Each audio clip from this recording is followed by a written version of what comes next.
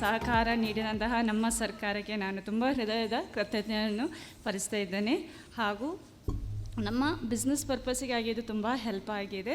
ಹಾಗೂ ನಮಗೆ ಈ ಪ್ರಸ್ತುತ ನಮಗೆ ಹೆಲ್ಪ್ ಮಾಡಿದವರು ತುಂಬಾ ನಮಗೆ ಸಪೋರ್ಟಿವ್ ಆಗಿ ಕೊಟ್ಟದ್ದು ಫೈನಾನ್ಷಿಯಲ್ ಸಪೋರ್ಟ್ ನಮ್ಮದು ಬ್ಯಾಂಕ್ ಆಫ್ ಬರೋಡಾ. ಸೊ ಅಲ್ಲಿನ ಅಫಿಷಿಯಲ್ಸ್ನವರಿಗೆ ನಾನು ತುಂಬಾ ಕೃತಜ್ಞತೆ ಆಗಿದ್ದೇನೆ. Thank you all the staff of Bank of Baroda for helping us and giving us the opportunity for making our business purpose a successful one. Thank you one and all. Thank you. ನಾನು ಚಿಕ್ಕ ಉದ್ಯೋಗ ದರ್ಬೆಯಲ್ಲಿ ಒಂದು ಬಿಸ್ನೆಸ್ಸನ್ನು start ಮಾಡಲಿಕ್ಕೆ ಯೋಜನೆಯನ್ನು ಹಾಕಿದಂಥ ಸುಮಾರು 15 ಲಕ್ಷ ರೂಪಾಯಿಯ ವೆಚ್ಚದ ಒಂದು ಫೋಟೋ ಫ್ರೇಮಿಂಗ್ ಇದನ್ನು ಓಪನ್ ಮಾಡಲಿಕ್ಕೆ ಉದ್ದೇಶಿಸಿ ಅದರ ಬಗ್ಗೆ ಎಲ್ಲ ತಿಳ್ಕೊಂಡಾಗ ನನಗೆ ಮುಖ್ಯವಾಗಿ ಒಂದು ಫೈನಾನ್ಷಿಯಲ್ ಕೊರತೆ ಬಂದಾಗ ನಾನು PMEGP ಒಂದು ಟ್ರೈನಿಂಗ್ ಹೋದೆ, KYC ಆಯಿತು, ಎಲ್ಲ ಆಯಿತು. ಅದರಲ್ಲೆಲ್ಲ ಓಕೆ ಆದಾಗ ನಮಗೆ ಫೈನಾನ್ಸ್ ಬ್ಯಾಕ್ಗ್ರೌಂಡ್ ನಿಲ್ಲಲಿಕ್ಕೆ ಒಂದು ಸ್ಥಳ ಬೇಕಿತ್ತು. ಆ ಸಮಯದಲ್ಲಿ ನಾವು ಎಲ್ಲ ಬ್ಯಾಂಕ್ಗಳನ್ನು ಕೂಡ ಹೋಗಿ ಅವರಲ್ಲಿ ಮಾತಾಡಿದ್ದೇವೆ. ಆ ಸಮಯದಲ್ಲಿ ನಮಗೆ ಏನಂದರೆ ಯಾವುದೇ ಒಂದು ಇರುವಂತಹ ಈ ಕೆಲವೊಂದು ಯೋಜನೆಗಳು ಇರುತ್ತದೆ ಸರ್ಕಾರದ, ಅದು ಘೋಷಣೆ ಆಗಿರ್ತದೆ, ಬಟ್ ಅದು ಇಂಪ್ಲಿಮೆಂಟ್ ಆಗಿರೋದಿಲ್ಲ, ಜನಗಳಿಗೆ ಇರುವುದೂ ಇಲ್ಲ. ಆದರೆ ನಾವು ಹೋಗಿ ಅದರ ಕುರಿತು ಅರಿತು ಮಾತನಾಡಿ ಮತ್ತು ಬ್ಯಾಂಕಲ್ಲಿ ಹೋಗಿ ಕದ ತಟ್ಟಿದಾಗ ನಮ್ಮ ಬೆನ್ನ ಹಿಂದೆ ನಿಂತುಕೊಂಡು ಅವರು ನೀವು ಮುಂದಕ್ಕೆ ಹೋಗಿ ನಾವು ನಿಮ್ಮ ಹಿಂದೆ ಇದ್ದೇವೆ ಎನ್ನುವಂತಹ ಒಂದು ನಮಗೆ ಫುಲ್ ಸಪೋರ್ಟ್ ಆಗಿ ನಿಂತು ನಮಗೆಲ್ಲ ಸಹಾಯವನ್ನು ಮಾಡಿದಂತಹ ಬ್ಯಾಂಕ್ ಆಫ್ ಬರೋಡಾ ನಾನು ಸುಮಾರು 10 ಲಕ್ಷ ರೂಪಾಯಿಯ ಒಂದು ಅವಕಾಶವನ್ನು ಪಡೆದುಕೊಂಡಿದ್ದೇನೆ. ಅದರಲ್ಲೂ ಕೂಡ ಆಮೇಲೆ ನನಗೆ ಗೊತ್ತಾಗ್ತದೆ ಸುಮಾರು 2.5 ಲಕ್ಷ ರೂಪಾಯಿ ನಮಗೆ ಸಬ್ಸಿಡಿ ಕೂಡ ಇದೆ ಅದರಲ್ಲಿ ಅಂತ. ಅದಕ್ಕೆ ನಮಗೆ ತುಂಬ ಸಹಕಾರವಾಗಿ ನಮಗೆ ಹೆಲ್ಪ್ ಮಾಡಿದಂತಹ ಬ್ಯಾಂಕ್ ಆಫ್ ಬರೋಡಾ ಅವರನ್ನು ಹಾಗೂ ಅವರ ಸ್ಟಾಫ್, ಅದೇ ರೀತಿ ಅಲ್ಲಿಯ ಮ್ಯಾನೇಜರ್ಸ್ ಎಲ್ಲರಿಗೂ ಕೂಡ ನಾನು ಧನ್ಯವಾದವನ್ನು ಅರ್ಪಿಸ್ತಾ ಇಂತಹ ಒಂದು ಯೋಜನೆಯನ್ನು ಸಾಮಾನ್ಯ ಜನರಿಗೆ ಮುಟ್ಟಿಸುವಲ್ಲಿಗೆ ಯಶಸ್ವಿಯಾದಂತಹ ನಮ್ಮ ಎಲ್ಲ ಊರಿನ ಗಣ್ಯ ವ್ಯಕ್ತಿಗಳಿಗೂ ಪ್ರತಿಯೊಬ್ಬರಿಗೂ ಕೂಡ ಧನ್ಯವಾದವನ್ನು ಅರ್ಪಿಸ್ತೇನೆ. ಬಂಧುಗಳೇ, ನಾನಿವತ್ತು ಒಬ್ಬ ಬನ್ನೂರು ಗ್ರಾಮ ಪಂಚಾಯತ್ ವ್ಯಾಪ್ತಿಯ ಶ್ರೀ ಬಹಲಿಂಗೇಶ್ವರ ಎಂಬ ಸಂಘದ ಒಬ್ಬ ಸದಸ್ಯೆಯಾಗಿರ್ತೇನೆ. ಅದೇ ರೀತಿ ನಾನು ಸಂಜೀವಿನಿ ಒಕ್ಕೂಟದ LCRP ಆಗಿ ಕೂಡ ಕೆಲಸವನ್ನು ನಿರ್ವಹಿಸ್ತಿದ್ದೇನೆ. ಕೇಂದ್ರ ಸರ್ಕಾರದ ಯೋಜನೆಗಳಲ್ಲಿ ಬಹುಮುಖ್ಯವಾಗಿರುವಂಥದ್ದು ಸ್ವಸಹಾಯ ಸಂಘದ ಸದಸ್ಯರಿಗೆ ಸಿಗುವಂತಹ ಬಹಳ ಒಳ್ಳೆಯ ಅವಕಾಶ. ಇಲ್ಲಿ ಏನಂತ ಹೇಳಿದರೆ, ಸಂಘದ ಸದಸ್ಯರು ಕೇವಲ ಒಬ್ಬ ಮನೆಯಲ್ಲಿ ಒಂದು ಸದಸ್ಯೆ ಕೇವಲ ಮನೆಯ 4 ಗೋಡೆಗಳ ಮಧ್ಯೆ ಇರುವಂತಹ ಒಬ್ಬ ಮಹಿಳೆ ಇವತ್ತು ಸ್ವಸಹಾಯ ಸಂಘದ ಮುಖಾಂತರ ಸಮಾಜದಲ್ಲಿ ಒಂದು ಅತ್ಯುತ್ತಮ ಪ್ರಜೆಯಾಗಿ ಕಾರ್ಯವನ್ನು ನಿರ್ವಹಿಸ್ತಿದ್ದಾಳೆ. ಅದೇ ರೀತಿ ಸ್ವಾವಲಂಬಿಯಾಗಿ ಬದುಕ್ತಿದ್ದಾಳೆ. ಇವತ್ತು ಮಹಿಳೆ ಇಷ್ಟು ಮುಂದೆ ಬರಬೇಕಾದ್ರೆ ಕೇಂದ್ರ ಸರ್ಕಾರದ ಹಲವು ಯೋಜನೆಗಳು ಇವತ್ತು ಪ್ರೋತ್ಸಾಹದಾಯಕ. ಮುಂದಕ್ಕೆ ಮಾಡೋದಾದರೆ ಮುದ್ರಾ ಯೋಜನೆ ಇವತ್ತು ಸ್ವಉದ್ಯೋಗವನ್ನು ಮಾಡುತ್ತಿರುವಂಥ ಎಲ್ಲರಿಗೂ ಕೂಡ ಸಹಕಾರಿಯಾಗಿದೆ. ಅದೇ ರೀತಿ ಸ್ತ್ರೀ ಸಾಮರ್ಥ್ಯ ಯೋಜನೆ.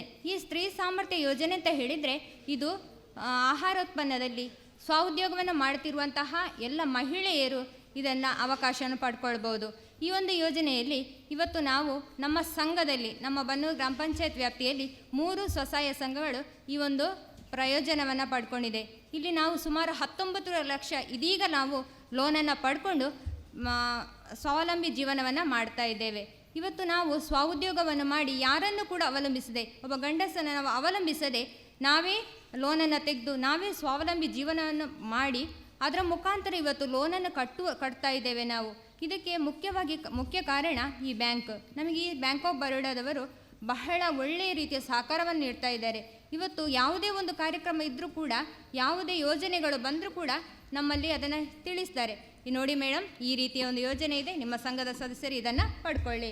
ಅದೇ ರೀತಿ ನಾವು ಸಂಘದ ಸದಸ್ಯರು ಬಂದಾಗ ಕೂಡ ನಮಗೆ ಒಳ್ಳೆಯ ರೀತಿ ಒಂದು ಅವಕಾಶವನ್ನು ಮಾಡಿಕೊಡ್ತಾರೆ. ಅದೇ ರೀತಿ ನಮ್ಮನ್ನು ಇದು ತಗೊಳ್ಳಿ, ಅದು ಮಾಡಿ, ಹೀಗೆ ಆಗ್ತದೆ.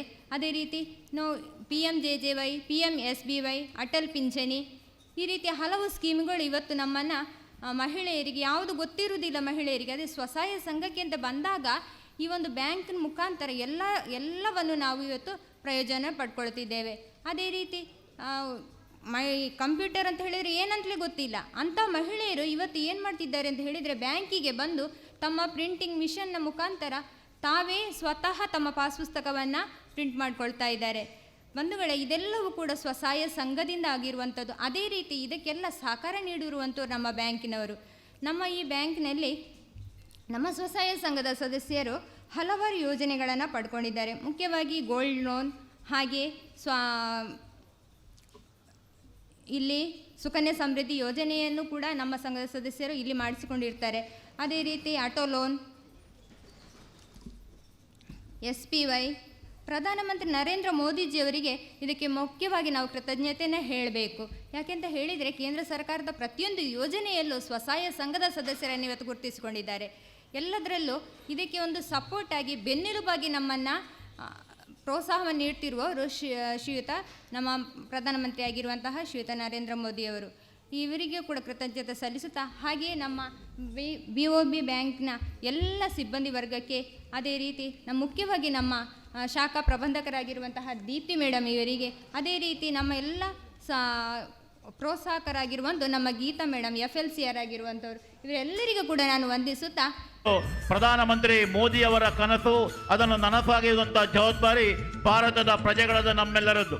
2 ಜನ ಪ್ರಿಯಾ ನವೀನ್ ಮತ್ತು ಇಬ್ರಾಹಿಂ ಅವರಿಗೆ ಗೌರವಾರ್ಪಣೆ ವೇದಿಕೆಯಲ್ಲಿರುವಂತಹ ಎಲ್ಲ ನೀಡಿರ್ತದೆ. ಆದರೆ ಕೆಲವರು ಅದನ್ನು ಯೋಜನೆಗಳನ್ನು ಬಳಕೆ ಮಾಡಿದ್ದಾರೆ, ಕೆಲವರು ಯೋಜನೆಗಳಿಗೆ ಇನ್ನೂ ಒಳಪಡಲಿಲ್ಲ.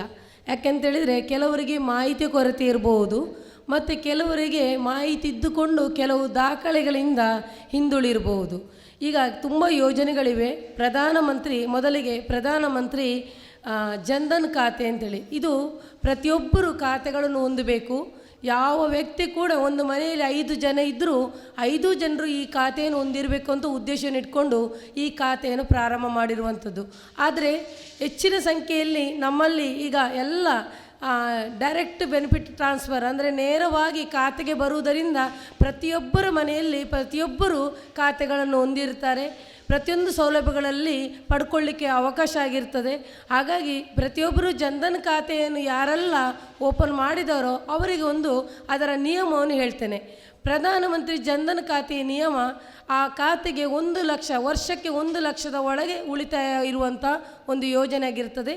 1 ಲಕ್ಷಕ್ಕಿಂತ ಹೆಚ್ಚಿಗೆ ಹಣವನ್ನು ಆ ಖಾತೆಗೆ ಹಾಕುವಾಗಿಲ್ಲ. ಮತ್ತು ಈ ಖಾತೆಯು 3 ತಿಂಗಳಿಗೊಮ್ಮೆ ಕಂಟಿನ್ಯೂ ಆಗಿ ಚಲಾವಣೆ ಆಗಬೇಕು. 6 ತಿಂಗಳ ನಂತರ ಇದಕ್ಕೆ ಓಡಿ ಸಾಲ ಅಂತೇಳಿ 10,000 ಅಮೌಂಟ್ಗಳನ್ನು ಕೊಡ್ತಾರೆ.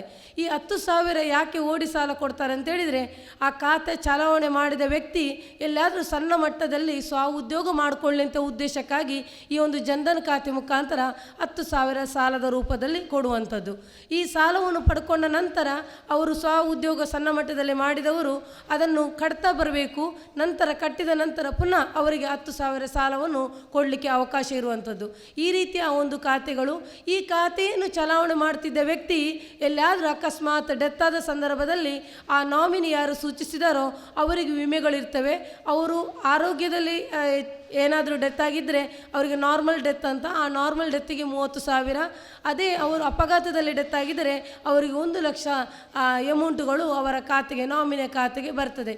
ಇದಕ್ಕೆ ನಾವು ಕ್ಲೈಮ್ ಮಾಡಬೇಕು.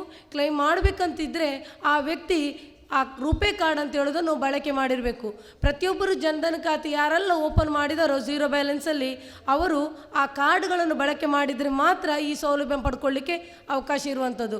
ಕೇವಲ ಖಾತೆ ಓಪನ್ ಮಾಡಿ ಹಾಗೇನೆ ಇಟ್ಕೊಂಡವರಿಗೆ ಈ ಸೌಲಭ್ಯದಿಂದ ಯಾವುದು ಪಡ್ಕೊಳ್ಳಿಕ್ಕೆ ಅವಕಾಶ ಇಲ್ಲ. 10,000 ಪಡ್ಕೊಳ್ಳಿಕ್ಕೆ ಅವಕಾಶ ಇಲ್ಲ, ವಿಮೆಗಳನ್ನು ಪಡ್ಕೊಳ್ಳಿಕ್ಕೂ ಅವಕಾಶ ಇಲ್ಲ. ಹಾಗಾಗಿ ಈ ಖಾತೆ ಓಪನ್ ಮಾಡಿದವರು ಪ್ರತಿ ಸಾರಿ ಚಲಾವಣೆ ಮಾಡ್ತಾ ಹೋಗಬೇಕು. ಮತ್ತು ನಿಮಗೆ ಬರುವಂಥ ಏನೇ ಗೌರ್ಮೆಂಟ್ ಸ್ಕೀಮ್ಗಳಿದೆಯೋ ಅದನ್ನು ಈ ಖಾತೆಗೆ ಬರುವಂತೆ ಮಾಡಿರಬೇಕು. ಇದಕ್ಕೆ ಕೊಡುವಂಥ ದಾಖಲೆಗಳು ಕರೆಕ್ಟಾಗಿರಬೇಕು. Aadhaar seeding compulsory. Aadhaar seeding ಮಾಡದೇ ಇರುವಂಥ ವ್ಯಕ್ತಿಗಳಿದ್ದರೆ ದಯವಿಟ್ಟು ಮಾಡಿಕೊಳ್ಳಿ ನಿಮ್ಮ ಬ್ಯಾಂಕ್ ಖಾತೆಗೆ. ಯಾಕೆಂತೇಳಿದರೆ ನೀವು ಏನೇ ಗೌರ್ಮೆಂಟ್ ಸ್ಕೀಮನ್ನು ಪಡಿತೀರೋ ಅದು ನೇರವಾಗಿ ನಿಮ್ಮ ಖಾತೆಗೆ ಬರಬೇಕಿದ್ರೆ ಆಧಾರ್ ಸೀಡಿಂಗ್ ಕಡ್ಡಾಯ ಆಗಿರ್ತದೆ. NPC ಅಂಡರಲ್ಲಿ ಆಧಾರ್ ಸೀಡಿಂಗ್ ಮಾಡಿದವರಿಗೆ ಮಾತ್ರ ಈ ಗೌರ್ಮೆಂಟ್ ಸ್ಕೀಮಿಂದ ಹಣ ಪಡ್ಕೊಳ್ಳಿಕ್ಕೆ ಅವಕಾಶ.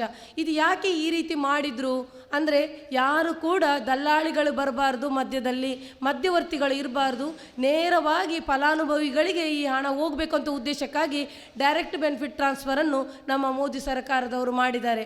ಆದ ಕಾರಣ ದಯವಿಟ್ಟು ಎಷ್ಟೋ ಯೋಜನೆಗಳಿದೆ, ಆ ಯೋಜನೆಗಳನ್ನು ಪಡ್ಕೊಳ್ಳುವಾಗ ನಾವು ಅದರ ಬಗ್ಗೆ ಹೆಚ್ಚಿನ ಮಾಹಿತಿಗಳನ್ನು ಪಡ್ಕೊಂಡು ಆ ಫಲಾನುಭವಿಗಳು ಅದನ್ನು ಅನುಭವಿಸುವಂಥ ರೀತಿಯಾಗಿರಬೇಕು.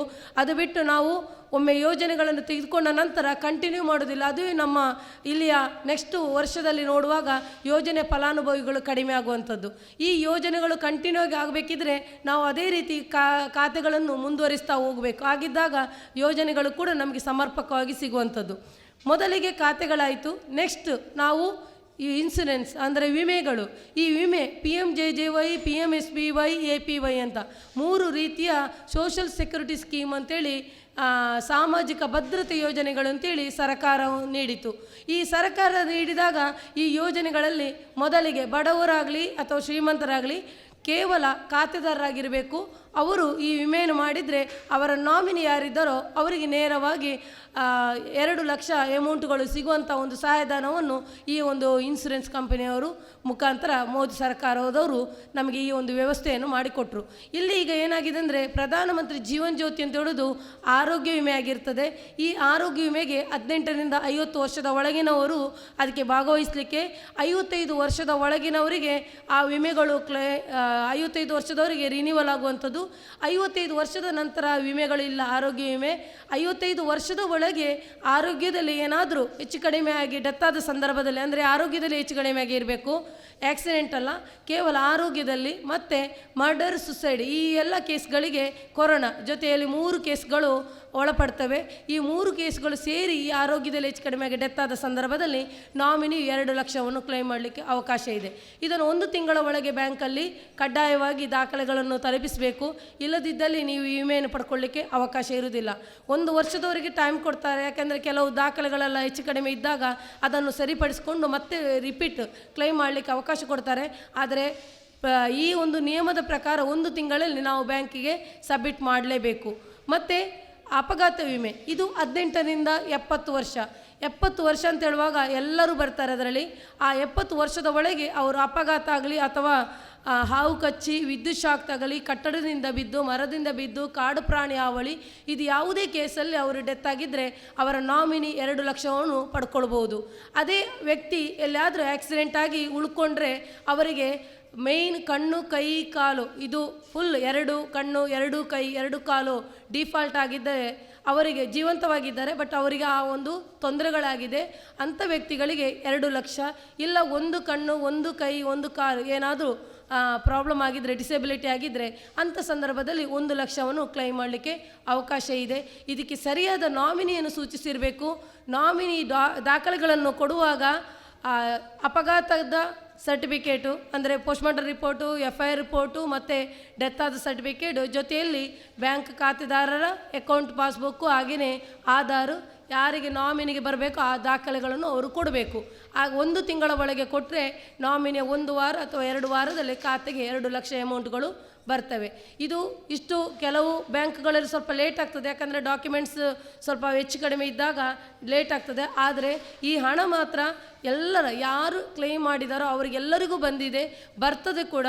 ಅದರ ಬಗ್ಗೆ ಯಾವುದೇ ರೀತಿಯ ಸಂಶಯ ಪಡಬೇಕಂತಿಲ್ಲ.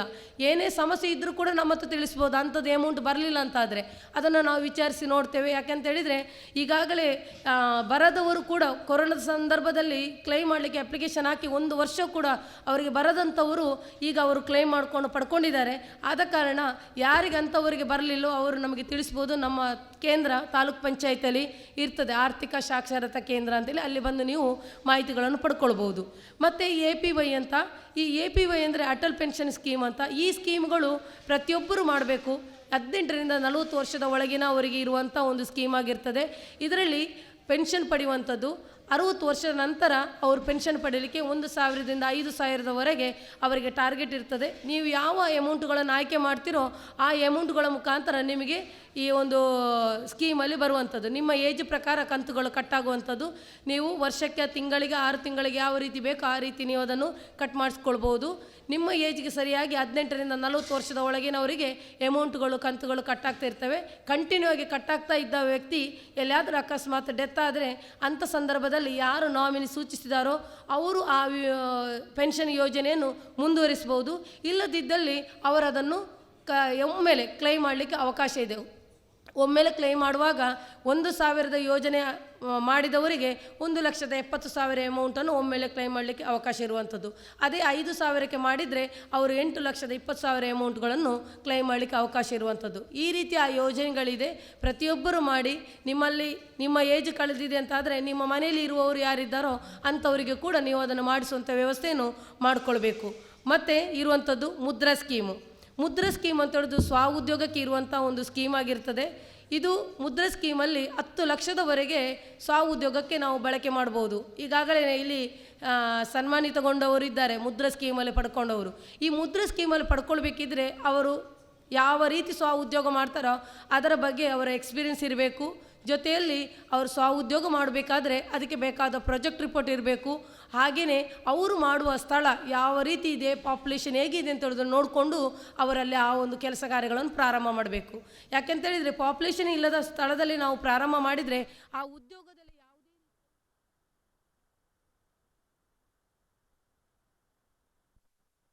ಯಾವಾಗ ಕಡಿಮೆ ಆಯಿತೋ ಆ ಸಂದರ್ಭದಲ್ಲಿ ನಮಗೆ ಈ ಸಾಲವನ್ನು ಕಟ್ಟಲಿಕ್ಕೆ ಕೂಡ ಕಷ್ಟ ಆಗ್ತದೆ ಅಂತೇಳೋ ಒಂದು ತಿಳುವಳಿಕೆಯಿಂದ ಏನು ಮಾಡ್ತಾ ಇದ್ದಾರೆ, ಎಲ್ಲಿ ಪಾಪ್ಯುಲೇಷನ್ ಇದೆಯೋ, ಎಲ್ಲಿ ವ್ಯಾಪಾರ ಜಾಸ್ತಿ ಆಗ್ತದೋ ಅಂಥ ಸ್ಥಳದಲ್ಲಿ ನೀವು ಈ ಒಂದು ಸ್ವಉದ್ಯೋಗವನ್ನು ಪ್ರಾರಂಭ ಮಾಡಬೇಕು.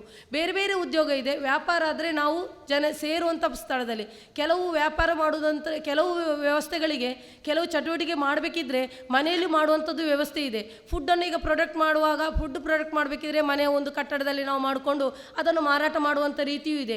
ಅದಾದರೆ ನಮಗೆ ಪೇಟೆಯಲ್ಲಿ ಇರಬೇಕಂತಿಲ್ಲ, ಅಲ್ಲಿ ಜನಸಂಖ್ಯೆ ಬೇಕಂತಿಲ್ಲ. ಆದರೆ ನಾವು ಎಲ್ಲಿ ಮಾರಾಟ ಮಾಡ್ತೇವೋ ಆ ಸ್ಥಳದಲ್ಲಿ ಜನಸಂಖ್ಯೆ ಇರುವಂಥ ಸ್ಥಳದಲ್ಲಿ ನಾವು ವ್ಯವಸ್ಥೆಗಳನ್ನು ಮಾಡ್ಕೊಂಡಿರಬೇಕು. ಅದಕ್ಕೆ ಸರಿಯಾದ ಸಾಲವನ್ನು ಕೂಡ ನಾವು ಪಡೆದುಕೊಂಡಿರಬೇಕು. ಒಮ್ಮೆಲೆ 10 ಲಕ್ಷವನ್ನು ಪಡ್ಕೊಳ್ಳೋದಲ್ಲ, ನಾವು ಪ್ರಾರಂಭದಲ್ಲಿ ಸಣ್ಣ ಮಟ್ಟದಲ್ಲಿ ಪ್ರಾರಂಭ ಮಾಡಬೇಕು. 1 ಲಕ್ಷದಲ್ಲಿ ತೆಗೆದುಕೊಂಡು ನೆಕ್ಸ್ಟ್ 2 ಲಕ್ಷ, ಹಾಗೇನೆ 5 ಲಕ್ಷ, ಹಾಗೇನೆ 10 ಲಕ್ಷ ಈ ರೀತಿ ಹೋಗಬೇಕು. ಅದು ಬಿಟ್ಟು ನಾವು ಏನು ಮಾಡ್ತಿದ್ದೇವೆ, ಒಮ್ಮೆಲೆ 10 ಲಕ್ಷವನ್ನು ತೆಗಿಲಿಕ್ಕೆ ಹೋದಾಗ ಎಲ್ಲಾದರೂ ನಮಗೆ ಅಲ್ಲಿ ಸೋತು ಹೋದರೆ, ನಾವು ಆ ಒಂದು ವ್ಯಾಪಾರದಲ್ಲಿ ಸೋತು ಹೋದಾಗ ನಾವು ಸಾಲವನ್ನು ತೀರಿಸಲಿಕ್ಕೆ ಸಮಸ್ಯೆ ಆಗ್ತದೆ. ಅದಕ್ಕಾಗಿ ಆದಷ್ಟು ನಾವು ಸಾಲವನ್ನು ತೆಗೆದುಕೊಳ್ಳುವಾಗ ಎಲ್ಲ ರೀತಿಯಲ್ಲಿ ನಾವು ನೋಡಿಕೊಂಡು ನಮಗೆ ಸರಿಯಾದ ಸಂದರ್ಭಕ್ಕೆ ನಮ್ಮ ಆರ್ಥಿಕತೆಗೆ ಸರಿಯಾಗಿ ನಾವು ಫಸ್ಟಿಗೆ ಸಾಲವನ್ನು ಪಡ್ಕೊಂಡು ಮುಂದೆ ಹೋಗುವ. ಆವಾಗ ನಮಗೆ ಎಲ್ಲ ರೀತಿಯಲ್ಲಿ ಅಭಿವೃದ್ಧಿ ಹೊಂದಲಿಕ್ಕೆ ಸಾಧ್ಯ ಆಗ್ತದೆ. ಮುದ್ರಾ ಸ್ಕೀಮಲ್ಲಿ 3 ರೀತಿಯದು ಕೊಡ್ತಾರೆ. ಫಸ್ಟಿಗೆ 50,000, ಮತ್ತು 50,000ದಿಂದ 5 ಲಕ್ಷ, 5 ಲಕ್ಷದಿಂದ 10 ಲಕ್ಷ ಈ ರೀತಿ 3 ಟಾರ್ಗೆಟ್ ಇದೆ. 3 ರೀತಿಯಲ್ಲಿ ಸಾಲವನ್ನು ಪಡ್ಕೊಳ್ಬೋದು. ಇದಕ್ಕೆ ಯಾವುದೇ ರೀತಿಯ ಶ್ಯೂರಿಟಿ ಕೊಡಲಿಕ್ಕಿಲ್ಲ. ಆದರೆ ಇದಕ್ಕೆ ಬಡ್ಡಿ ಇದೆ, 10% ಬಡ್ಡಿ ಬೀಳ್ತದೆ. ಮತ್ತು ಇದಕ್ಕೆ ಯಾವುದೇ ರೀತಿಯ ಸಬ್ಸಿಡಿ ಕೂಡ ಇಲ್ಲ.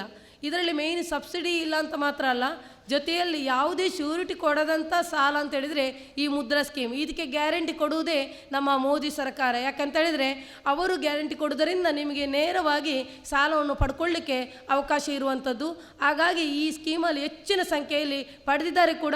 ನಮ್ಮ ದಕ್ಷಿಣ ಕನ್ನಡ ಜಿಲ್ಲೆಯಲ್ಲಿ ಹೈಯೆಸ್ಟ್ ಮುದ್ರಾ ಸ್ಕೀಮಲ್ಲಿ ಪಡೆದು ಪ್ರಶಸ್ತಿಯನ್ನು ಪಡೆದುಕೊಂಡಂಥ ಒಂದು ಜಿಲ್ಲೆ ಆಗಿರ್ತದೆ ನಮ್ಮ ಮುದ್ರಾ ಸ್ಕೀಮ್ ಮತ್ತು PMGPಯಲ್ಲಿ. ಹಾಗಾಗಿ ಮೊದಲ ಒಂದು ಶ್ರೇಣಿಯಲ್ಲಿ ಬಂದಿರುವಂಥ ನಮ್ಮ ದಕ್ಷಿಣ ಕನ್ನಡದಲ್ಲಿ ಹೆಚ್ಚಿನ ಸಂಖ್ಯೆಯಲ್ಲಿ ಸ್ವಉದ್ಯೋಗಕ್ಕೆ PMGP ಮತ್ತು ಮುದ್ರಾ ಸ್ಕೀಮಲ್ಲಿ ನಮ್ಮ ಈ ದಕ್ಷಿಣ ಕನ್ನಡ ಜಿಲ್ಲೆಯವರು ಅದನ್ನು ಬಳಕೆ ಮಾಡಿಕೊಂಡಿದ್ದಾರೆ.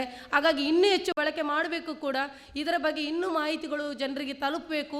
ಜೊತೆಯಲ್ಲಿ ಸ್ವಉದ್ಯೋಗ ಮಾಡಬೇಕು, ಎಲ್ಲರೂ ಸ್ವಾವಲಂಬಿಗಳಾಗಬೇಕು. ಈಗ ಮಹಿಳೆಯರು ಎಷ್ಟು ಸ್ವಾವಲಂಬಿಗಳಾಗ್ತಾರೋ ಅಷ್ಟು ಅಭಿವೃದ್ಧಿ ಹೊಂದುತ್ತಾ ಹೋಗ್ತದೆ. ಹಾಗೆಯೇ ಎಲ್ಲ ರೀತಿಯಲ್ಲಿ ನಮ್ಮ ಮಹಿಳೆಯರಾಗಲಿ ಪುರುಷರಾಗಲಿ ಯಾವ ಉದ್ಯೋಗ ಮಾಡ್ತಿರೋ ಅದನ್ನು ಸರಿಯಾದ ಸಮಯಕ್ಕೆ ಮರುಪಾವತಿ ಮಾಡಿದಲ್ಲಿ ನಮಗೆ ಅಭಿವೃದ್ಧಿ ಹೊಂದಲಿಕ್ಕೆ ತುಂಬ ಸುಲಭ ಆಗ್ತದೆ. ನಾವು ಯಾವಾಗ ಸಾಲವನ್ನು ಪಡ್ಕೊಂಡ ಮೇಲೆ ಅದನ್ನು ಕಟ್ಟುವುದಿಲ್ವೋ ಅಂಥ ಸಂದರ್ಭದಲ್ಲಿ ನಾವು ಆ ಯೋಜನೆಯನ್ನು ಸಮರ್ಪಕವಾಗಿ ತಲುಪಿಸಲಿಕ್ಕೆ ಸಾಧ್ಯ ಆಗುವುದಿಲ್ಲ. ಯಾಕೆಂದರೆ ಆ ವ್ಯಕ್ತಿ ಕಟ್ಟದಿದ್ದಲ್ಲಿ ಮತ್ತೊಂದು ವ್ಯಕ್ತಿ ಕೂಡ ಕಟ್ಟುವಂಥ ವ್ಯಕ್ತಿಗೆ ಕೂಡ ಕೊಡಲಿಕ್ಕೆ ಅವನು ಆಲೋಚನೆ ಮಾಡಬೇಕಾಗ್ತದೆ.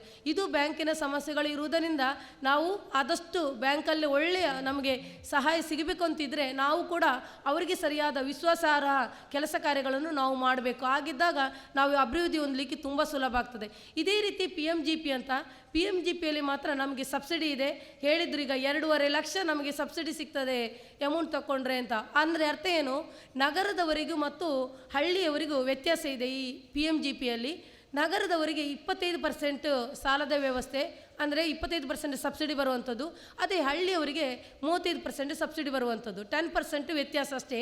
ಆದರೆ ಇಲ್ಲಿ ಯಾರೆಲ್ಲ OBC ಮಹಿಳೆಯರು ಮತ್ತು ಅಂಗವಿಕಲತೆ ಇರುವವರು, ಇವರು PMGPಯಲ್ಲಿ ಸ್ವ ಉದ್ಯೋಗಕ್ಕೆ ಅಪ್ಲೈ ಮಾಡಿದಾಗ ಅವರಿಗೆ 25%. ಅದೇ ನಾವು ಜನರಲ್ ಆಗಿ ಯಾರು ಕಾಸ್ಟ್ ಇದ್ದಾರೋ, ಜನರಲ್ ಕಾಸ್ಟ್ ಇದ್ದಾರೋ ಅವರಿಗೆ 10% ಸಬ್ಸಿಡಿ ಸಿಗುವಂಥದ್ದು. ಹಾಗಿರುವಾಗ ನಾವು ಈ ಸಬ್ಸಿಡಿಯನ್ನು ಪಡ್ಕೊಳ್ಳುವಾಗ ಪ್ರತಿಯೊಬ್ಬರು ಸಬ್ಸಿಡಿ ಬರಬೇಕಂತಿದ್ದರೂ ಕೂಡ ನೆನಪಿಟ್ಕೊಳ್ಬೇಕು, ಯಾರು ಸಬ್ಸಿಡಿ ಬರಬೇಕು ಅಂತ ಇದ್ದಾರೋ ಅವರು ಸರಿಯಾದ ಸಮಯಕ್ಕೆ ಮರುಪಾವತಿ ಮಾಡಿದರೆ ಮಾತ್ರ ಸಬ್ಸಿಡಿಗಳನ್ನು ಕ್ಲೈಮ್ ಮಾಡ್ಬೋದು. ಅದೇ ಯಾರು ಮರುಪಾವತಿ ಮಾಡ್ತಾ ಇಲ್ವೋ ಅವರಿಗೆ ಈ ಸ್ಕೀಮಿನಿಂದ ಸಬ್ಸಿಡಿ ಬರುವುದಿಲ್ಲ. ಅದು ಕೆಲವರು ಏನು ಮಾಡ್ತಿದ್ದಾರೆ, ಈ ಸ್ಕೀಮಲ್ಲಿ ಸಬ್ಸಿಡಿ ಇದೆ ನಮಗೆ ಯಾಕೆ ಕೊಡ್ತಾ ಇಲ್ಲ ಅಂತ ಕೆಲವರು ಇರ್ತಾರೆ. ಅವರು ಏನು ಮಾಡಿರ್ತಾರೆ ಅಂದರೆ ಸರಿಯಾದ ಸಮಯಕ್ಕೆ ಮರುಪಾವತಿ ಮಾಡದ ಕಾರಣ ಅವರಿಗೆ ಆ ಸಬ್ಸಿಡಿ ಸ್ಕೀಮ್ಗಳು ಬರುವುದಿಲ್ಲ. ಬಟ್ ಅವರು PMGPಯಲ್ಲಿ ಇರ್ತಾರೆ, ಬಟ್ ಅವ್ರಿಗೆ ಸಬ್ಸಿಡಿ ಕ್ಲೈಮ್ ಆಗಬೇಕಿದ್ರೆ ಅವರು ಸರಿಯಾದ ಸಮಯಕ್ಕೆ ಮರುಪಾವತಿಯನ್ನು ಮಾಡಿರಬೇಕು. ಆಗಿದ್ದಲ್ಲಿ ಅವರು ಎಷ್ಟು ವರ್ಷಕ್ಕೆ ತೆಗೆದುಕೊಂಡಿದ್ದಾರೋ ಅಷ್ಟು ವರ್ಷದ ನಂತರಕ್ಕೆ ಅವರಿಗೆ ಸಬ್ಸಿಡಿ ಬರುವಂಥದ್ದು. ಈ 1 ವರ್ಷದಲ್ಲಿ ಮಾಡಿದರೆ 1 ವರ್ಷದಲ್ಲೇ ಅವರಿಗೆ ಸಬ್ಸಿಡಿ ಬರ್ತದೆ. ಆದರೆ ನಮ್ಮ ಸಬ್ಸಿಡಿ ಸ್ಕೀಮಲ್ಲಿ 3 ವರ್ಷದಿಂದ ಎತ್ತಿಗೆ ತಗೊಳ್ಳಿಕ್ಕೆ ವರ್ಷ ಇರುವುದು, 3 ವರ್ಷದಿಂದ 5 ವರ್ಷ ಅಥವಾ 7 ವರ್ಷ.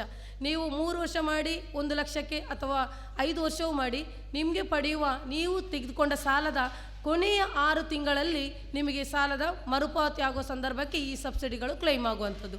ಇದು ಅದರ ಮೆಥಡ್ ಆಗಿರ್ತದೆ. ಹಾಗಾಗಿ ಸಬ್ಸಿಡಿ ಪಡಿಬೇಕಂತಿದ್ರೆ ಯಾವುದೇ ಸ್ಕೀಮ್ ಆಗಲಿ ನಮ್ಮ ಸರಕಾರ ಏನು ನೀಡಿರ್ತದೋ ಆ ಸರಕಾರ ನೀಡಿರುವಂಥ ಸ್ಕೀಮ್ಗಳಲ್ಲಿ ಸಬ್ಸಿಡಿ ಪಡಿಬೇಕಿದ್ರೆ ಸರಿಯಾದ ಮರುಪಾವತಿ ಜೊತೆಯಲ್ಲಿ ಆ ಒಂದು ಸಮಯಕ್ಕೆ ಸರಿಯಾಗಿ ನೀವು ತೆಗೆದುಕೊಳ್ಳುವಂಥ ಯೋಜನೆ ಇದು ಕರೆಕ್ಟಾಗಿದ್ದರೆ ನಿಮಗೆ ಇದರಿಂದ ಎಲ್ಲ ಅಭಿವೃದ್ಧಿ ಹೊಂದಲಿಕ್ಕೆ ಸಾಧ್ಯ ಆಗ್ತದೆ. ಈಗೇ ಬೇರೆ ವಿಶ್ವಕರ್ಮ ಅಂತ ಈಗ ಹೊಸ ಯೋಜನೆ ಬಂದಿರುವಂಥದ್ದು. ಈ ವಿಶ್ವಕರ್ಮ ಯೋಜನೆ ಅಂತ ಹೇಳೋದು ಪ್ರತಿಯೊಬ್ಬರಿಗೂ ಸ್ವ ಉದ್ಯೋಗ ಮಾಡಲಿಕ್ಕೆ ಇರುವಂಥದ್ದೇ. ಆದರೆ ಇದರಲ್ಲಿ 18 ಚಟುವಟಿಕೆಗಳು ಮಾತ್ರ ಒಳಪಡ್ತದೆ. ಉಳಿದದಕ್ಕೆಲ್ಲ ನಿಮಗೆ ಬೇರೆ ಬೇರೆ ಚಟುವಟಿಕೆಗಳಿಗೆ ನಿಮಗೆ PMGP ಮುದ್ರಾ ಸ್ಕೀಮ್ ಕೊಡ್ತಾರೆ. ಆದರೆ ವಿಶ್ವಕರ್ಮದವರಿಗೆ ಮಾತ್ರ ಅಲ್ಲ, ಎಲ್ಲರಿಗೆ ಜನರಲ್ ಆಗಿ ಎಲ್ಲರಿಗೂ ಈ ವಿಶ್ವಕರ್ಮ ಯೋಜನೆಯಲ್ಲಿ ಸಾಲವನ್ನು ಪಡ್ಕೊಳ್ಬೋದು. ಮೊದಲಿಗೆ 1 ಲಕ್ಷ ಸಾಲವನ್ನು ಪಡ್ಕೊಳ್ಳಿಕ್ಕೆ ಇರುವಂಥದ್ದು. ಈ 1 ಲಕ್ಷ ಸಾಲ ಪಡಿಬೇಕಿದ್ದರೂ ಕೂಡ ಆ ವ್ಯಕ್ತಿ 5 ದಿನದ ತರಬೇತಿ ಪಡಿಬೇಕು. 5 ದಿನದ ತರಬೇತಿಗೆ 500 ರೂಪಾಯಿಗೆ ಪ್ರತಿನಿತ್ಯ ಅಮೌಂಟ್ಗಳನ್ನು ಕೊಡ್ತಾರೆ. ಅದರ ಜೊತೆಯಲ್ಲಿ ಅವರು ಪಡೆದುಕೊಳ್ಳುವಂಥ ಒಂದು ಟೂಲ್ ಕಿಟ್ಟಿಗೆ 15,000 ಸಹಾಯಧನವನ್ನು ಕೂಡ ನೀಡ್ತಾರೆ. ಹಾಗೆಯೇ ಅದರ ನಂತರ 1 ಲಕ್ಷ ಸಾಲವನ್ನು ಅವರಿಗೆ ಕೊಡುವಂಥದ್ದು. ಈ 1 ಲಕ್ಷ ಸಾಲ ಪಡ್ಕೊಳ್ಬೇಕಿದ್ರೆ ಅವರು ಯಾವ ರೀತಿ ಯೋಜನೆಗಳನ್ನು ಹಾಕಿರಬೇಕು, ನಿಮಗೆ ಯಾವುದಕ್ಕೆ ಇದು ಬೇಕು ಅಂತ ಹೇಳೋದನ್ನು ನೀವು ಒಂದು ಪ್ರಾಜೆಕ್ಟ್ ರಿಪೋರ್ಟ್ ಮಾಡಿದರೆ ನಿಮಗೆ ನೇರವಾಗಿ 1 ಲಕ್ಷವನ್ನು ಕೊಡಲಿಕ್ಕಾಗ್ತದೆ. ಯಾರು 1 ಲಕ್ಷವನ್ನು 18 ತಿಂಗಳಲ್ಲಿ ಕಟ್ಟಿ ಮುಗಿಸ್ತಾರೋ ಅಂಥವರಿಗೆ 3 ಲಕ್ಷ ಸಾಲವನ್ನು ಪಡ್ಕೊಳ್ಳಿಕ್ಕೆ ಅವಕಾಶ ಇರ್ತದೆ. 1 ಲಕ್ಷವನ್ನು 18 ತಿಂಗಳಲ್ಲಿ ಕಟ್ಟದವರು ಇದ್ದರೆ ಅವರಿಗೆ 3 ಲಕ್ಷ ಸಾಲ ಪಡ್ಕೊಳ್ಳಿಕ್ಕೆ ಅವಕಾಶ ಇಲ್ಲ ಈ ವಿಶ್ವಕರ್ಮ ಯೋಜನೆ ಅಡಿಯಲ್ಲಿ. ಹಾಗಾಗಿ ವಿಶ್ವಕರ್ಮ ಯೋಜನೆ ಅಡಿಯಲ್ಲಿ 18 ಅಂದರೆ ಟೈಲರಿಂಗ್ ಜೊತೆಯಲ್ಲಿ ಚಿನ್ನ ಬೆಳ್ಳಿ ಆಭರಣ ತಯಾರಿಕೆ, ಗೊಂಬೆ ತಯಾರಿಕೆ, ಆಟಿಕೆ ತಯಾರಿಕೆ, ಮಡಿಕೆ ತಯಾರಿಕೆ, ಈ ಥರದ ತಯಾರಿಕೆಗಳು ಮಾಡುವುದು ಯಾವುದು ಇದೆಯೋ ಅಂಥದಕ್ಕೆ ಈ ಒಂದು ಯೋಜನೆಗಳಲ್ಲಿ ಅಪ್ಲೈ ಮಾಡ್ಬೋದು. ಈ ಅಪ್ಲೈ ಮಾಡಿದವರಿಗೆ ಇದಕ್ಕೆ ನಿಮಗೆ ಇಂಟರ್ವ್ಯೂ ಮಾಡ್ತಾರೆ. ಆವಾಗ ನೀವು ಟೈಲರಿಂಗ್ ಮಾಡುವವರ, ನೀವು ಚಿನ್ನ ಆಭರಣ ತಯಾರಿಕೆ ಮಾಡುವವರ ಅಂತ ಹೇಳೋದನ್ನು ಅಲ್ಲಿ ಖಾತ್ರಿಪಡಿಸಿ ನಂತರ ನಿಮ್ಮನ್ನು ತರಬೇತಿಗೆ ಒಳಪಡಿಸುವಂಥದ್ದು. ಅಲ್ಲಿ ತರಬೇತಿಗೆ ಒಳಪಡಿಸಿದ ನಂತರ ಈ ಸಾಲವನ್ನು ಪಡೆಯುವಂಥದ್ದು. ಹಾಗಿದ್ದ ಕಾರಣ ಪ್ರತಿಯೊಬ್ಬರೂ ಈ ಸಾಲವನ್ನು ಪಡಿಬೇಕಂತಿದ್ದರೆ ಮೊದಲಿಗೆ ನೀವು ನಿಮ್ಮ ದಾಖಲೆಗಳನ್ನು ಸರಿಪಡಿಸಿಕೊಳ್ಳಿ, ಮತ್ತು ಇದರ ಬಗ್ಗೆ ತರಬೇತಿಯನ್ನು ಪಡ್ಕೊಳ್ಳಿ. ನಂತರ ಈ ಸಾಲವನ್ನು ಪಡೆದು ಸರಿಯಾದ ಸಮಯಕ್ಕೆ ಮರುಪಾವತಿ ಮಾಡಿ ಈ ಯೋಜನೆಯ ಫಲಾನುಭವಿಗಳು ಆಗಿ. ಹಾಗೆಯೇ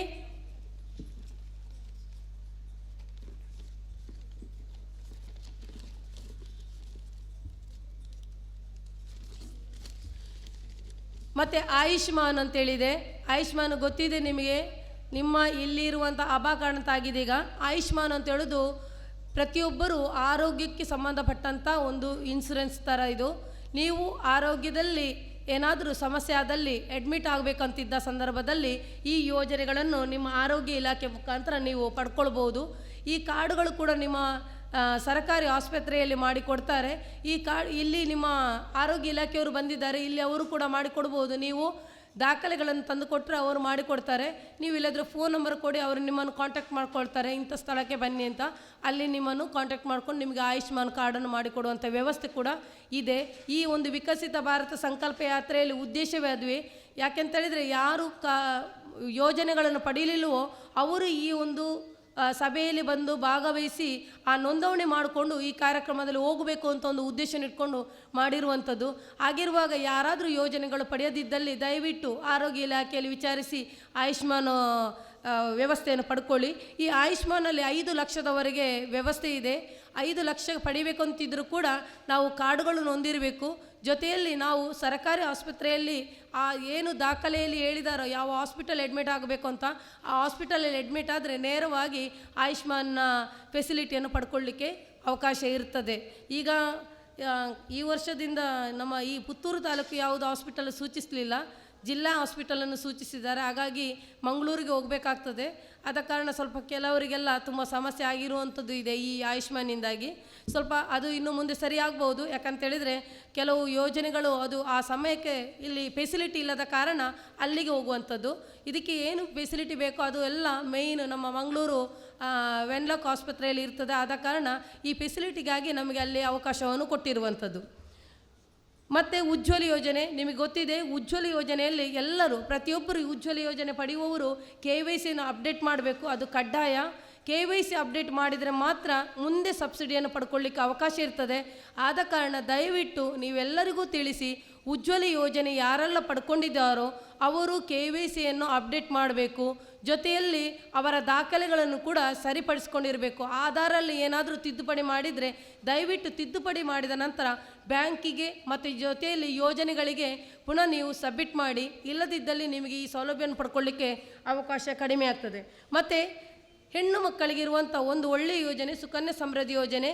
ಈ ಯೋಜನೆಯಡಿಯಲ್ಲಿ ಹೆಣ್ಣು ಮಕ್ಕಳು 10 ವರ್ಷದ ಒಳಗಿನ ಹೆಣ್ಣು ಮಕ್ಕಳು ಒಂದು ವಿದ್ಯೆಯಲ್ಲಿ ಜೊತೆಯಲ್ಲಿ ಮದುವೆಗೆ ಕೂಡ ಖರ್ಚುಗಳನ್ನು ಈ ಒಂದು ಯೋಜನೆ ಮುಖಾಂತರ ಆಗಲಿ ಅಂತ ಹೇಳೋ ಉದ್ದೇಶಕ್ಕಾಗಿ ಈ ಯೋಜನೆಯನ್ನು ತಂದಿರುವಂಥದ್ದು.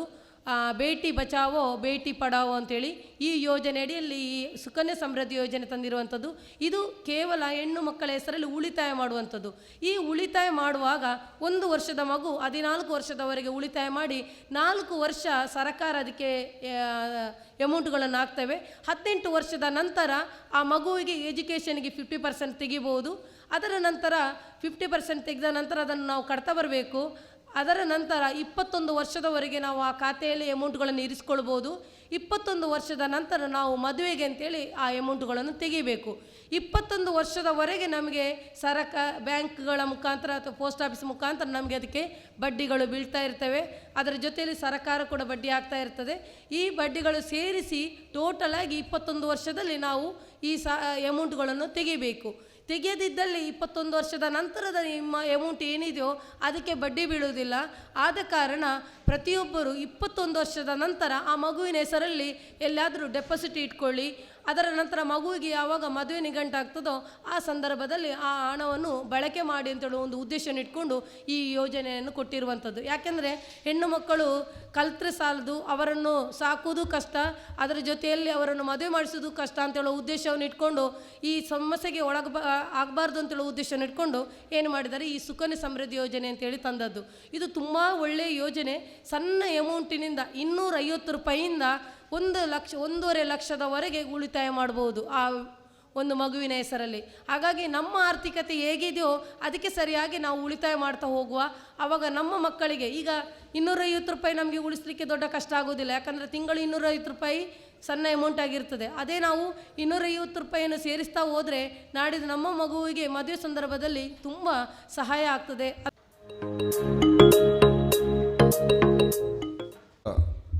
ಸಂಕಲ್ಪ ಯಾತ್ರೆಯ ಈ ಒಂದು ಸಮಾರಂಭದ ವೇದಿಕೆಯಲ್ಲಿ ಉಪಸ್ಥಿತಿರುವಂಥ ಮಾಜಿ ಶಾಸಕರಾದ ಸಂಜೀವ ಮಠದವರೇ, ಹಿರಿಯರಾದ ಓಪರವರೇ ಹಾಗೂ ಬರೋಡಾ ಬ್ಯಾಂಕಿನ ಎಲ್ಲ ಮುಖ್ಯಸ್ಥರೇ, ಹಾಗೆ ಫಲಾನುಭವಿಗಳೇ ಹಾಗೂ ಸಾರ್ವಜನಿಕ ಬಂಧುಗಳೇ, ಅತ್ಯಂತ ಒಳ್ಳೆಯ ಕಾರ್ಯಕ್ರಮದಲ್ಲಿ ನಾವಿದ್ದೇವೆ. ಪ್ರಧಾನಮಂತ್ರಿಗಳ ಹಲವು ಯೋಜನೆಗಳು ಇತ್ತೀಚೆಗೆ ನಾವು ವೀರೇಂದ್ರ ಹೆಗ್ಡೆ ಅವರು ಹೇಳಿದ್ದನ್ನು ಕೇಳಿರ್ಬೋದು. 600ಕ್ಕಿಂತ ಹೆಚ್ಚು ಯೋಜನೆಯನ್ನು ಹಲವು ಕಡೆಗಳಲ್ಲಿ ಅವರು ಬೇರೆ ಬೇರೆ ಫಲಾನುಭವಿಗಳಿಗೆ ತಲುಪಿಸುವಂಥ ಕೆಲಸವನ್ನು ಮಾಡ್ತಾರೆ. ಅದರಲ್ಲಿ ಬ್ಯಾಂಕ್ ಆಫ್ ಬರೋಡಾ ಜಂಟಿಯಾಗಿ ಪ್ರಧಾನಮಂತ್ರಿಗಳ ಏನೆಲ್ಲ ಯೋಜನೆಗಳಿದೆ ಅದನ್ನು ಯಾವ ರೀತಿಯ ಧನ ಸಹಾಯ ಆಗಿರ್ಬೋದು, ಸಬ್ಸಿಡಿ ಇರ್ಬೋದು, ಅದನ್ನು ಮುಟ್ಟಿಸುವಲ್ಲಿ ಅತ್ಯಂತ ಯಶಸ್ವಿಯಾಗಿ ಕೆಲಸವನ್ನು ಮಾಡ್ತದೆ. ಇವತ್ತು ಎಲ್ಲರನ್ನು ಸೇರಿಸಿಕೊಂಡು ಆ ಫಲಾನುಭವಿಗಳನ್ನು ಗೌರವಿಸುವುದರ ಮೂಲಕ ಬಹುಶಃ ಹೊಸ ಭಾರತದ ಒಂದು ಕಲ್ಪನೆ ಇಟ್ಟಂಥ ಪ್ರಧಾನಮಂತ್ರಿಗಳ ಮೋದಿಯ ಆ ಯೋಜನೆಯನ್ನು ಮುಟ್ಟಿಸುವ ಮೂಲಕ ನಾವೆಲ್ಲರೂ ಅದರಲ್ಲಿ ಭಾಗಿಗಳಾಗಬೇಕು.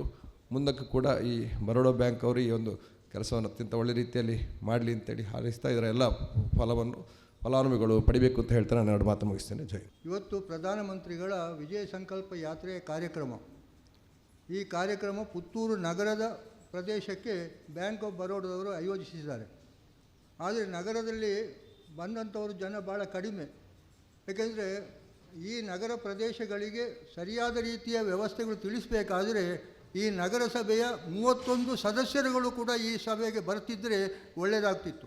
ಏಕೆಂದರೆ ಪ್ರತಿ ಮನೆಗಳಿಗೆ ಈ ಸೌಲಭ್ಯಗಳು ಸಿಕ್ಕುವಂಥದ್ದು ಹಲವರಿಗೆ ಗೊತ್ತಿರುವುದಿಲ್ಲ. ಅದನ್ನು ತಿಳಿಸಿದಾಗ ಮಾತ್ರ ಜನಗಳು ಮುಂದೆ ಬಂದು ಈ ಕಾರ್ಯವನ್ನು ಪಡೀಲಿಕ್ಕೆ ಸಾಧ್ಯ ಆಗ್ತದೆ. ಅಂಥ ಕೆಲಸವನ್ನು ಇನ್ನು ಮುಂದಕ್ಕಾದರೂ ಮಾಡಿ ಬ್ಯಾಂಕಿನವರಿಗೆ ಮತ್ತು ಈ ಸಂಯೋಜಕರಿಗೆ ನೀವು ಸಹಕಾರವನ್ನು ಕೊಡಬೇಕೆಂದು ನಾನು ಹೇಳ್ತಾ ಇದ್ದೇನೆ. ಏಕೆಂದರೆ ಬ್ಯಾಂಕ್ ಆಫ್ ಬರೋಡಾದವರು ಈ ಕಾರ್ಯಕ್ರಮವನ್ನು ಆಯೋಜಿಸಿದ್ದಾರೆ. ಆದರೆ ಎಲ್ಲ ಜನರಿಗೆ ಇದರ ಪ್ರಯೋಜನ ಸಿಗಬೇಕೆಂಬಂಥ ಆಸೆಯಿಂದ ಅವರು ಈ ಕಾರ್ಯಕ್ರಮವನ್ನು ಮಾಡಿದ್ದಾರೆ. ಇವತ್ತು ಕೆಲವರದ್ದು ಅಪಪ್ರಚಾರಗಳು ಇರಬಹುದು. ಏಕೆಂದರೆ ಪ್ರಧಾನಮಂತ್ರಿ ಯೋಜನೆ ಬಾಯಲ್ಲಿ ಮಾತ್ರ ಹೇಳೋದು ಅದು ಸಿಗುವುದಿಲ್ಲ ಅಂದ್ರಿ, ಆದರೆ ಸಿಕ್ಕಿದವರಿಗೆ ಗೊತ್ತುಂಟು ಅದು ಸಿಕ್ಕಿದೆ ಅಂದ್ರಿ. ಅದನ್ನು ನೀವು ಸಿಕ್ಕಿದವರು ಬಾಕಿ ಜನರಿಗೆ ತಿಳಿಸಿ, ಆಗ ಜನ ಮುಂದೆ ಬರ್ಬೋದು. ಇದಕ್ಕೆ ಯಾರೂ ರಾಜಕೀಯ ಮಾಡಬೇಡಿ. ಜನರಿಗೆ ಸಿಗುವಂಥ ಸವಲತ್ತುಗಳನ್ನು ಪಡ್ಕೊಳ್ಳುವಂಥ ವ್ಯವಸ್ಥೆಯನ್ನು ನೀವೆಲ್ಲರೂ ಸೇರಿಕೊಂಡು ಮಾಡಿ. ಪ್ರಧಾನಮಂತ್ರಿಯವರು ಒಬ್ಬರಿಗೆ ಒಂದು ರಾಜಕೀಯ ಪಕ್ಷಕ್ಕೆ ಸೇರಿದವರಲ್ಲ. ಇಡೀ ದೇಶದ ಪ್ರಧಾನಮಂತ್ರಿಗಳು 9 ವರ್ಷಗಳಿಂದ ಈ ಕಾರ್ಯಯೋಜನೆ ಅವರು ಮಾಡಿದ್ದಾರೆ.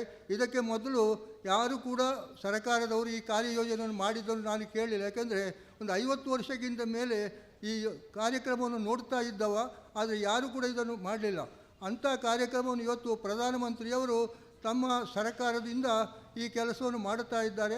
ಅಂಥ ಪ್ರಯೋಜನವನ್ನು ನೀವೆಲ್ಲರೂ ಪಡೆಯಿರಿ. ಬ್ಯಾಂಕ್ ಆಫ್ ಬರೋಡಾದವರು ಈ ಕಾರ್ಯಕ್ರಮವನ್ನು ಮಾಡಿದ್ದಕ್ಕಾಗಿ ಅವರಿಗೆ ನಾನು ಅಭಿನಂದಿಸ್ತಾ ನನ್ನ ಮಾತನ್ನು ಮುಗಿಸ್ತಾ ಇದ್ದೇನೆ.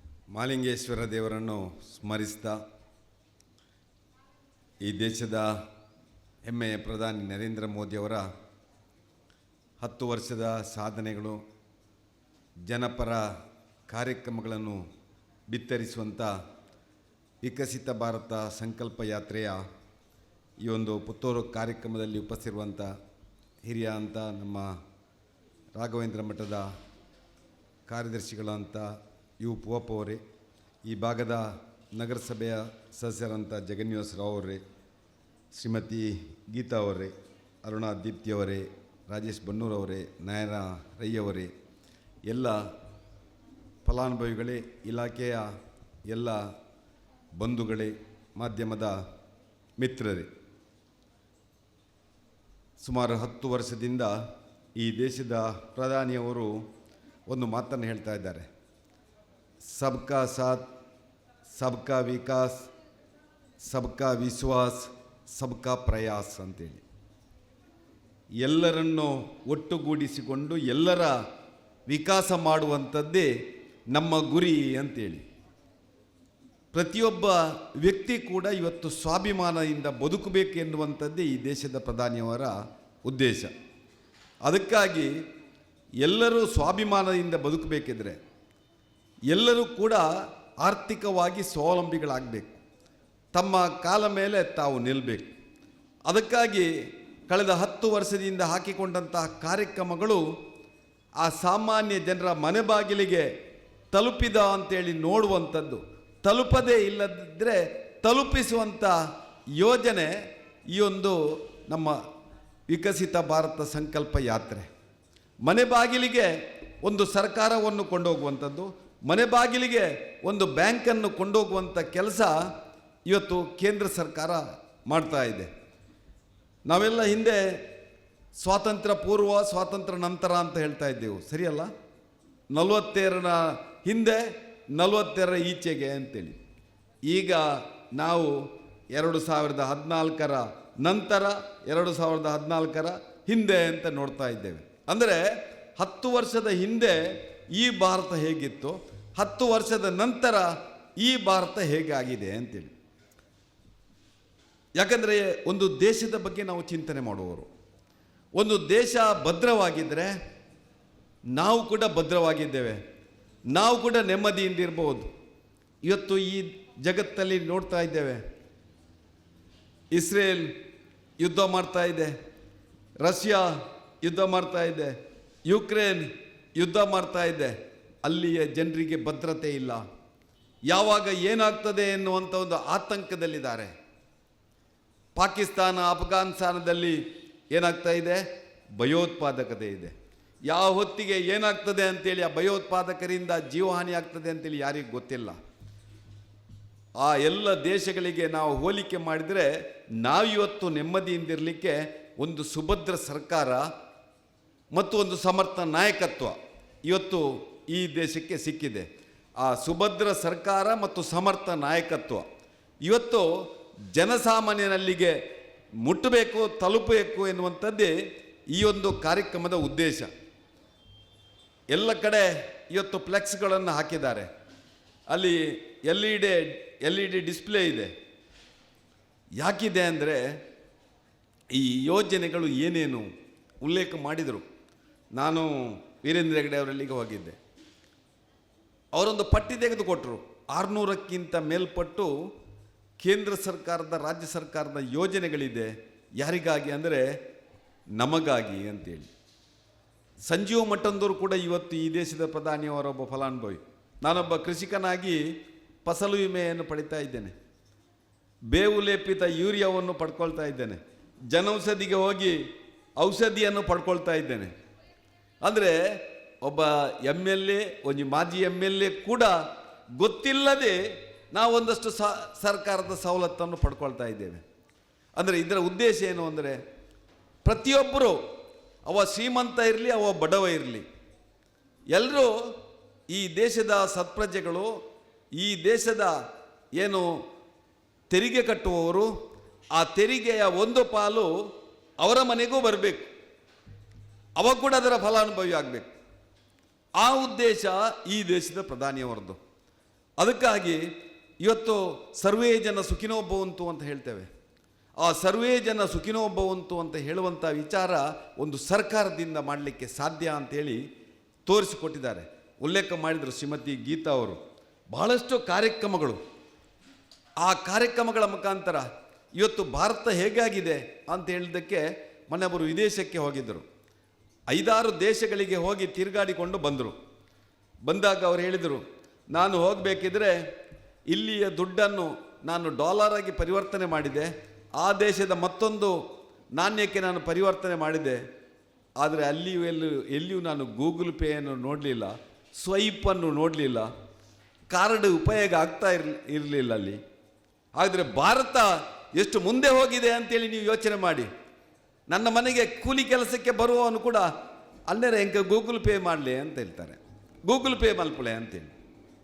ಇದು 10 ವರ್ಷದಲ್ಲಿ ಆರ್ಥಿಕವಾಗಿ ನಾವು ಈ ಡಿಜಿಟಲೈಸೇಷನಿಗೆ ನಾವು ಯಾವ ರೀತಿಯಾಗಿ ಹೋಗಿ ಬಹುಶಃ ಸಾಮಾನ್ಯ ಜನ ಕೂಡ ಇವತ್ತು ಆ ಡಿಜಿಟಲೈಸೇಷನ್ ಮುಖಾಂತರ ಆರ್ಥಿಕ ವ್ಯವಸ್ಥೆಗೆ ಒಗ್ಗಿಕೊಂಡಿದ್ದಾನೆ ಅಂತ ಹೇಳೋದಕ್ಕೆ ಒಂದು ಸಣ್ಣ ಉದಾಹರಣೆಯನ್ನು ಹೇಳ್ತಾ ಇದ್ದೇನೆ.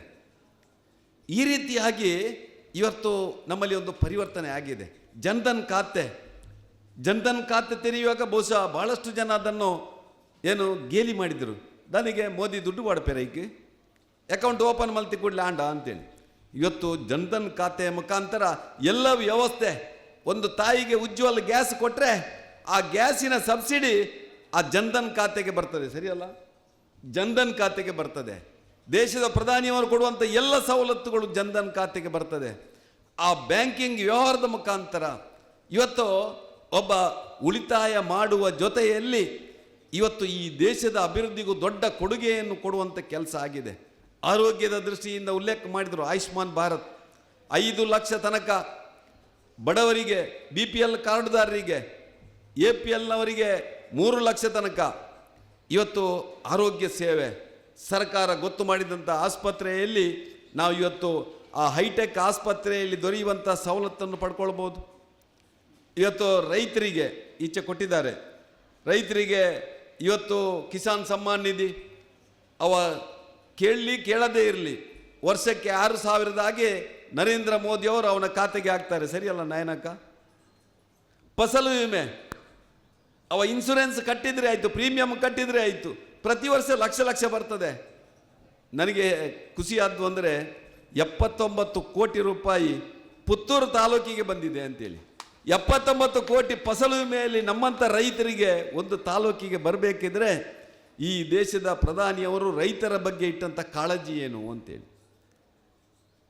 ಇವತ್ತು ಉಜ್ವಲ್ ಗ್ಯಾಸ್ ಕೊಡಬೇಕಿದ್ರೆ ಅಟಲ್ ಬಿಹಾರಿ ವಾಜಪೇಯಿ ಅವರು ಬಹುಶಃ ಆಗ ಆರಂಭ ಮಾಡಿದರು 1998ರಲ್ಲಿ. ಯಾರಿಗೂ ಗ್ಯಾಸ್ ಬೇಡ, ಅವು ಭಯಂಕರ ಅಪಾಯ ಮಾರ್ರೆ ಅವರ ಪುಡಾಂಡ ಇಲ್ಲಲ್ಲಿ ಎಂಚೈಟು ಪೊತ್ತಾಪಣ ಸೂವತ್ತಾಪಣ ಅಂತೇಳಿ ನಮ್ಮ ತಾಯಂದಿರು ಯೋಚನೆ ಮಾಡ್ತಾಯಿದ್ದರು.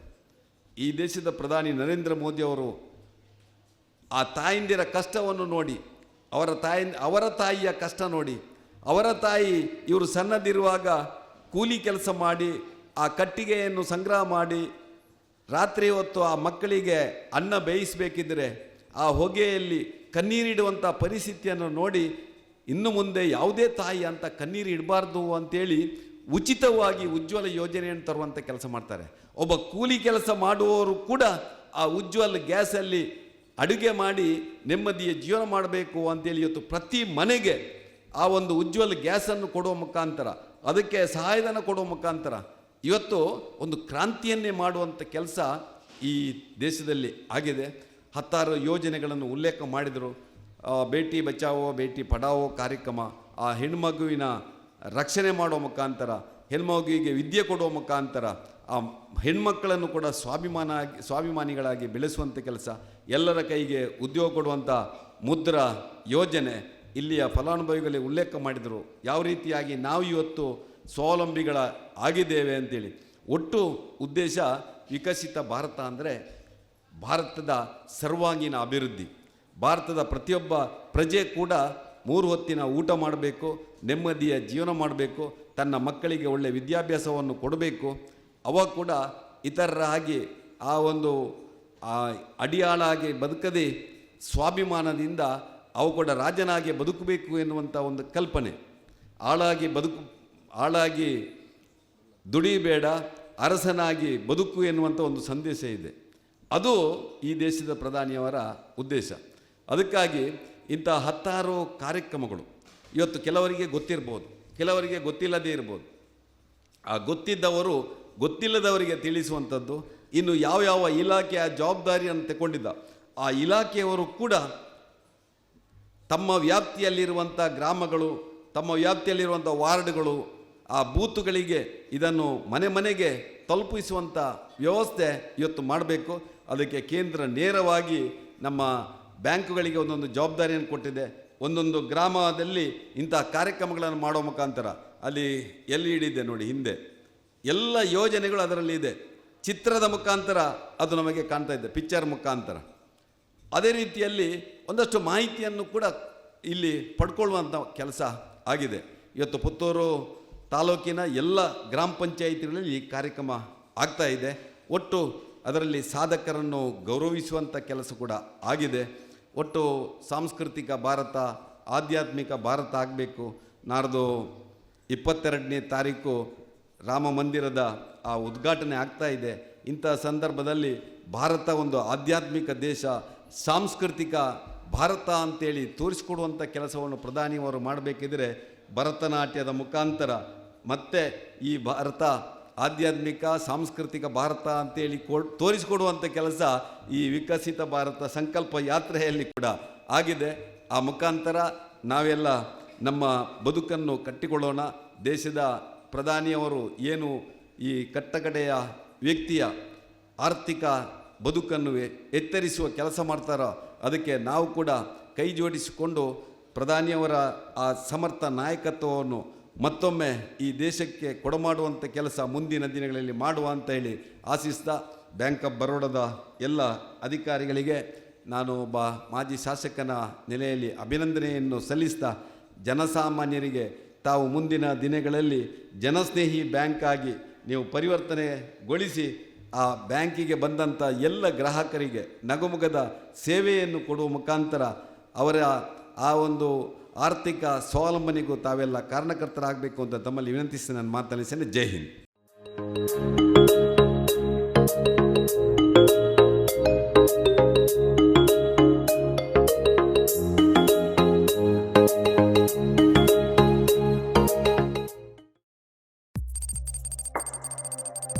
ವಸ್ತುನಿಷ್ಠತೆ, ವಿಶ್ವಾಸಾರ್ಹತೆ, ನಿಖರತೆಗಾಗಿ ನೋಡ್ತಾ ಇರಿ ನ್ಯೂಸ್ ಪುತ್ತೂರು, ಜನಮನದ ಪ್ರತಿಧ್ವನಿ.